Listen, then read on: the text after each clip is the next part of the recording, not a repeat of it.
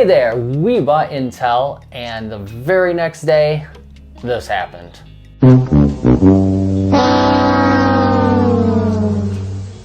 Oh, it's totally Brian's fault. Well, what happened? The dividend went down considerably, 60%, from 5.4% to 1.6. We did not anticipate that. We figured it was going to go down, but From like 5 to 4%, not down to 2. and at the very next day, we figured a few months down the road, they'll do something. Okay, so why did we buy Intel? Since it went down, and we figured it was gonna go down.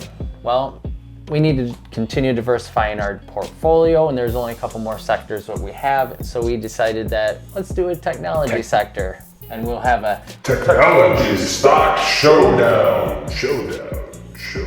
Okay. specifically looking for semiconductors. So how did I do that? Well, I set up a screener in Fidelity, and you can do this too, it's pretty easy. I filtered out anything that paid a dividend and was over 1 billion market cap, and it came up with 10 whole stocks. There's not a lot in the semiconductor space. When you're looking specifically at chip manufacturing, there's a lot in the technology industry.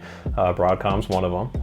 We looked at them again, but in this specific case, we wanted to look at chip manufacturing as a whole. And in our portfolio, we didn't have anything in this sector yet, so we wanted to continue to diversify our portfolio. If we pull up this list, there's 10 companies in here: Samsung, Nvidia, TSM, Taiwan manufacturing companies in there, and Intel's in there. So we did a deep dive into the financials of all the companies that were left. And here's our neat little spreadsheet if you want to take a look at that and how we came up with the financials. Yep, we looked at all the nerdy stuff that I love and everybody else is probably like, yeah, whatever. So, but the financials... It's the stuff you should look at. It so is. when you're looking at stocks, and we're teaching you how to do these stocks, you look at the assets versus liabilities, the net income, operating income, cash flow, all that stuff. You're like soapboxing me about my soapbox. I know, right? Wow. I don't know, the tables have turned. We did the work for you. I'm spending too much time with you.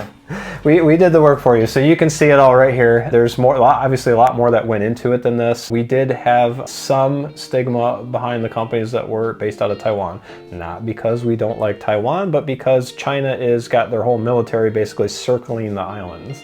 We're a little bit concerned about that. Right, and we don't want to buy TSM, then have China do something rash and take over the company and have it just crash and burn, or they bomb the company or something to headquarters. We hope that doesn't happen, but we're not alone in our fear for that. Most of the companies on this list are actually moving a lot of their manufacturing off of Taiwan to other places. So we were trying to look for a company that was the best positioned globally to tackle some of the supply chain issues that were made very, very evident by COVID, and some of the other things that are happening with just the shortage of chips. Yeah. Just not being able to get the stuff. And you'd think an obvious one would be Samsung, because huge company, Korean, they make a ton of products, but Yep. we're looking specifically on the semiconductor, mobile, and server microprocessors. And Samsung, as good as it is, wasn't great.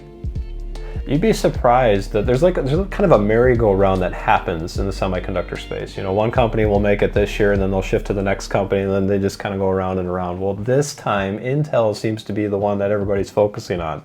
They want to fix the problem with losing market share to AMD, the semiconductor shortage they have. So they actually signed some contracts with Qualcomm, their competitors, to build chips for them.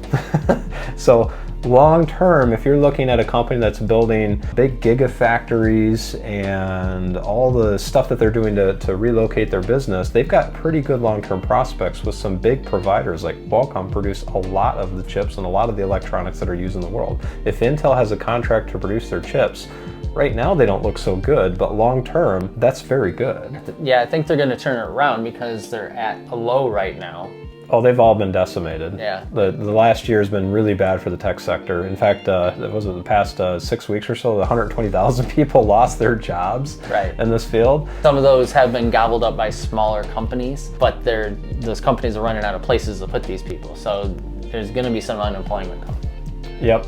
We're not out of the woods yet. The Fed is still trying to fight inflation. Treasury yield rates are still high. We're seeing even more headwinds with the housing market. So it's not a very good time to be buying stocks in general. In fact, if you're new to this, it might not be a bad time to dry vest and just wait. just so you can get your feet wet and see what happens in bear markets, because bear markets do not behave like bull markets. And sometimes where bull markets ignore fundamentals and financials, that's kind of what happens in the bear markets, but in the reverse order. Why did we pick Intel? I mean, there's... And not like Qualcomm, which is also a good company. We narrowed it down to both of those two. Qualcomm and Intel looked pretty good. The big reasons is Intel's prospects look better long term.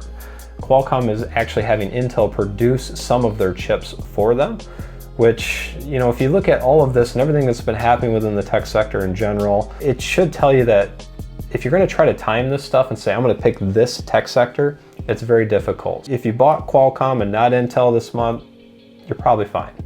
But we specifically are looking in terms of years, not weeks or months.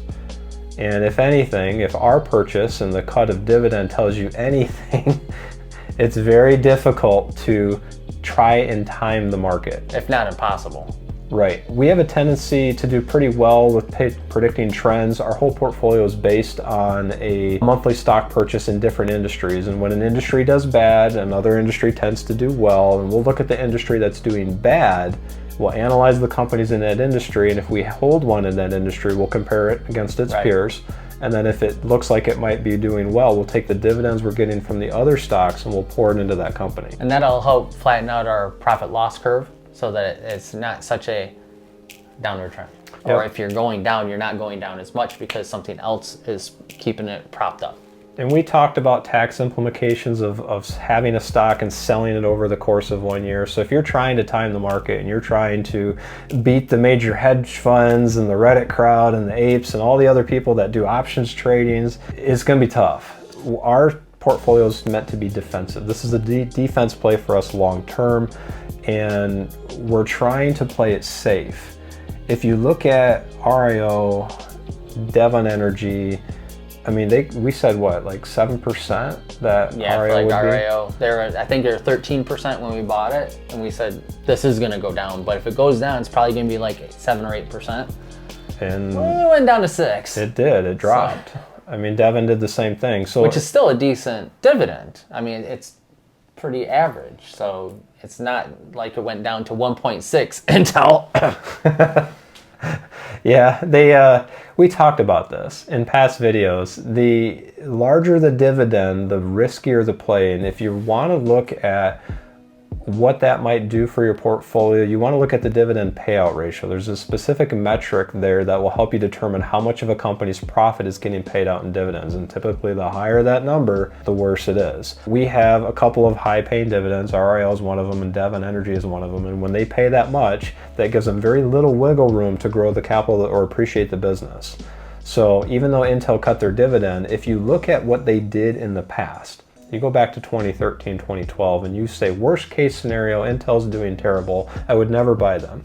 Their net profit, their net revenue, their operations, the cost of the revenue, their assets versus their liabilities, they're still way past where they were back then, just like 3M last month. Right. So from a financial standpoint, now I'm not talking market trends or anything else, I'm talking just the balance sheet and just the financial statements. They're doing pretty good from that standpoint. What you're going to find with Intel is that over the next year or two, they're going to hopefully complete the gigafactories. Their profit margin is going to go up, and they're going to start raising that dividend again.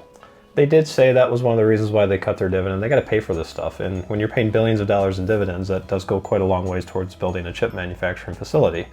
We've talked about the wave. You're going to see that in future videos. We're going to do a stellar stock purchase every month in our own portfolio, but we're going to start to see that portfolio take shape because we're building the foundation. That foundation is going to help us take advantage of these ebbs and flows of the market, and hopefully when the bear market subsides and the bull market comes out, you'll start to see the advantages of that. We hope you found some value in this, and we could use the views, so like and subscribe. Like, subscribe, hit that bell, get notified when we make these videos, and if you've gotten this far, thank you. Thank you. Go ahead and comment, put I in the comments. Yes, do that. As always, happy investing. Happy investing.